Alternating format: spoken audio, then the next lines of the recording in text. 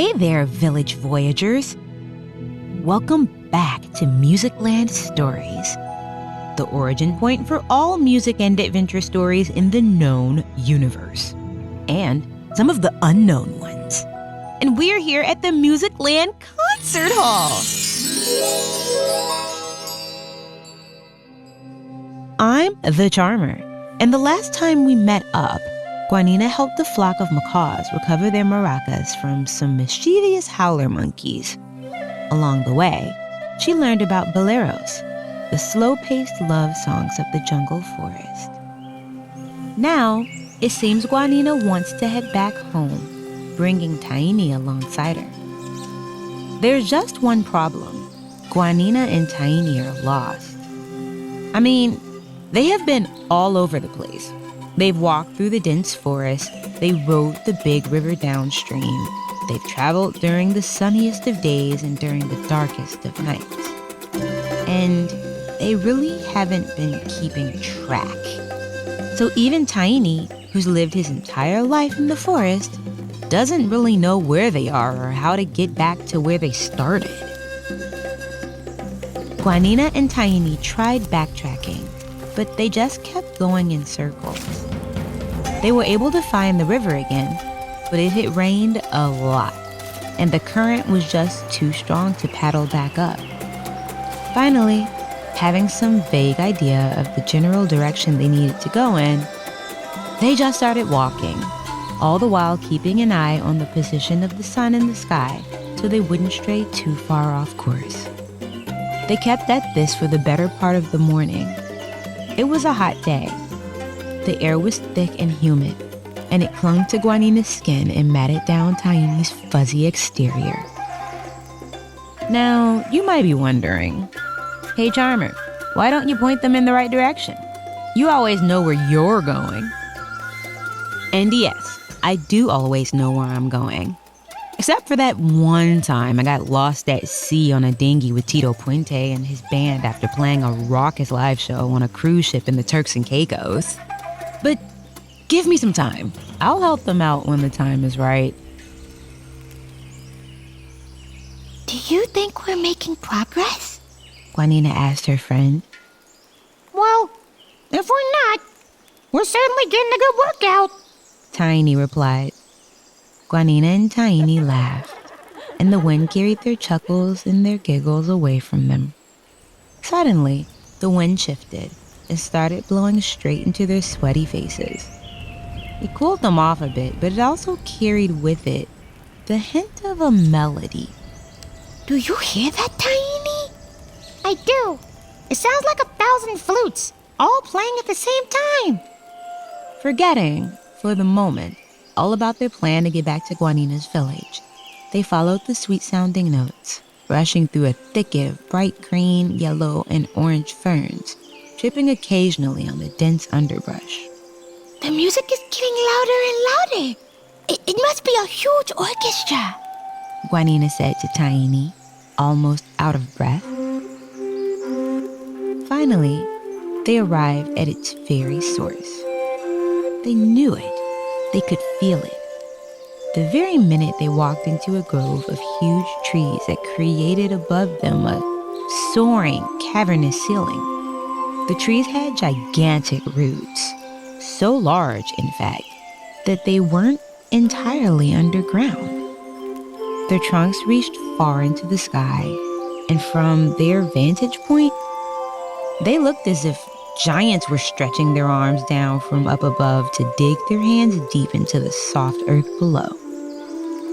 Bunches of white flowers clung to every branch, and from them, fluffy clouds of cotton wafted down gently on the breeze, catching the sun's rays. Bees and birds of all shapes and colors darted from place to place. The sound of the orchestra filled every corner, echoing off the thick trees. There was just one problem. There was no orchestra. They could hear the music. It was all they could hear. They just couldn't tell where it was coming from. It was as Tainy had described it, 1,000 flutes playing all at once. But they weren't playing as one. It was not one song, but many. An infinite chorus of music. It should not have sounded so beautiful, a clutter of notes coming from every which way, but it did. Somehow, it was more magnificent than anything Guanina had heard in the week she had been in the rainforest. Tainy and Guanina looked everywhere, but they simply couldn't find a single flutist. They did see someone, though. Off in the distance, reclining on one of those big roots that looked like the knuckles of a giant, was a tall young woman with yellow eyes and a fabulous cape covered in silver glitter.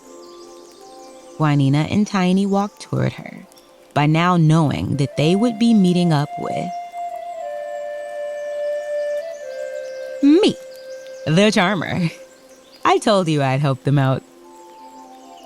Hey there, it's good to see you both again, I said. It's good to see you too, Guanina said, smiling. What is this place? And where is the music coming from? This, Guanina, is Woodpecker Winds Grove. It's the birthplace of all music in the universe. It is where nature herself blew onto the first flute. From here, music spread throughout the galaxy, as far as the planet Syncopia, into the depths of the ocean where the last Leviathan sings, and over the sands of the most arid and empty deserts. But who's playing the flutes? Tainy asked. Like I said, nature herself. Every twig, sprig, and stick in this grove is a flute. The woodpeckers have made sure of that. The winds travel through the branches, finding their way into each one, playing a song. Every gust is a unique whisper, silence turned into song, the unseen made visible. But how does it all work together? Shouldn't it all just sound like a jumbled mess? Guanina interjected. That is the beauty of music, of nature, of life itself.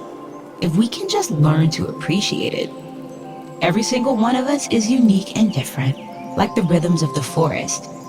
And the most amazing symphonies come together when we let everyone play a part, their own part, in the orchestra.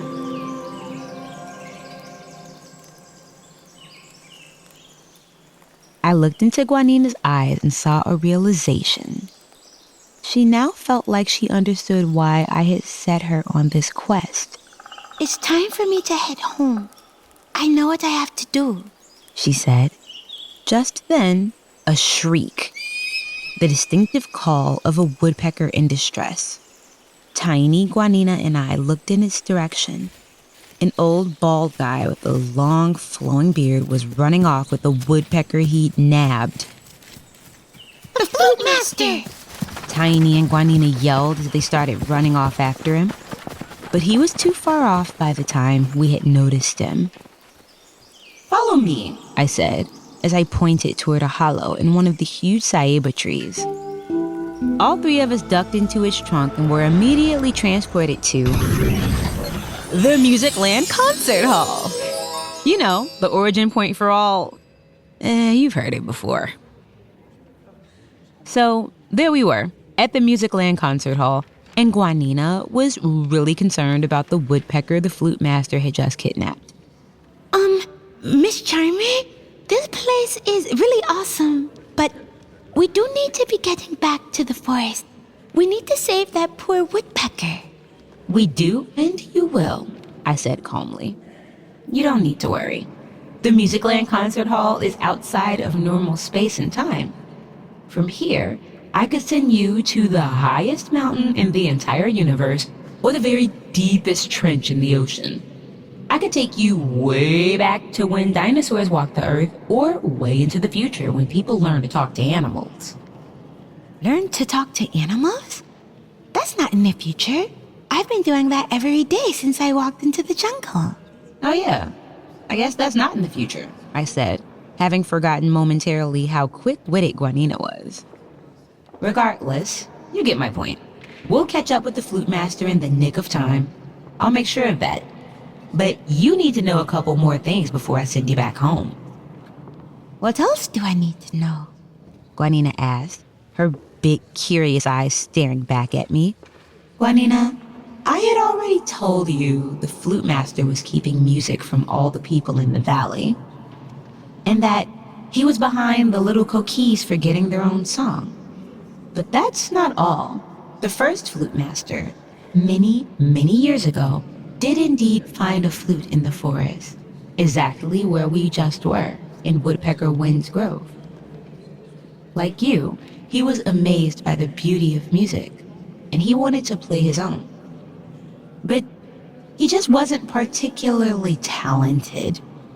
Maybe he didn't have it in him. Maybe he was born with two hearts that beat out of sync with each other. Maybe the flute just wasn't his instrument. That could be, Tainy chimed in. I hadn't found my rhythm until Guanina lent me a hand. That's right, Tainy. The point is, every Flutemaster since then has kept everyone in the dark about music because it's the source of their power. This Flutemaster, and every Flutemaster before him, have felt that if everyone could play music, people just wouldn't think they were special. Remember that story I told you about the angry little king who burned the bomba drums and destroyed the Iguaca nest? That was another Flutemaster a really long time ago. Oh no! So, they've been doing this all along just to keep the power of music to themselves? Guanina asked, her face expressing real concern. Yes, Guanina. And this Flutemaster, well, he's not the sharpest one, but he's been causing mischief all throughout your travels. He was behind the beavers getting lost and building that dam on the river, and the howler monkey stealing the macaw's maracas. Jeez, that was all him too? Tainy asked, surprised. Yep, and now the woodpecker. I can't know for sure what the Flutemaster is plotting, but I think maybe he wants to make more flutes. He must know you'll make it back to your village. And once you reveal everything you've learned, well, it's game over for the Flutemaster. Unless he's got a new game. Guanina blurted out. Selling flutes to everyone in the valley. Did I say she was quick? I did, didn't I? Anywho, yes. I too thought the Flutemaster's plan was to become a door-to-door flute salesman. And having his own woodpecker would certainly make that much easier. Guanina, you need to stop the Flutemaster.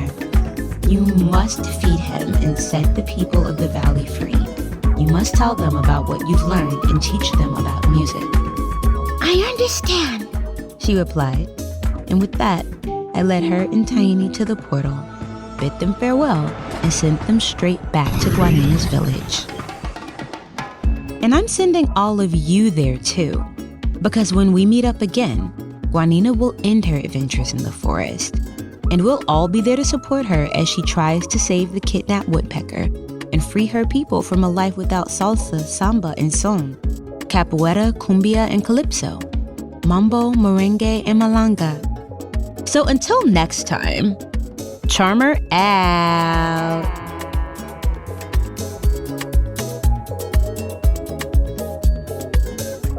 Musicland Stories is a collaboration between Starglow Media and Double Elvis. Executive producers from Double Elvis are Jake Brennan and Brady Sadler. Executive producers from Starglow Media are Jed Baker and Agreinish A. Palmer. This episode of Musicland Stories was written by Armando Valdez Prieto. Alessandro Santoro is our showrunner. Narration by me, Nikki Lynette. Original score by Jonathan Warman.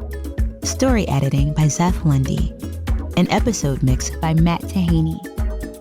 Grown-ups, you can find more ad-free audio fun for the whole family by subscribing to Starglow Plus on Apple or wherever you listen to podcasts.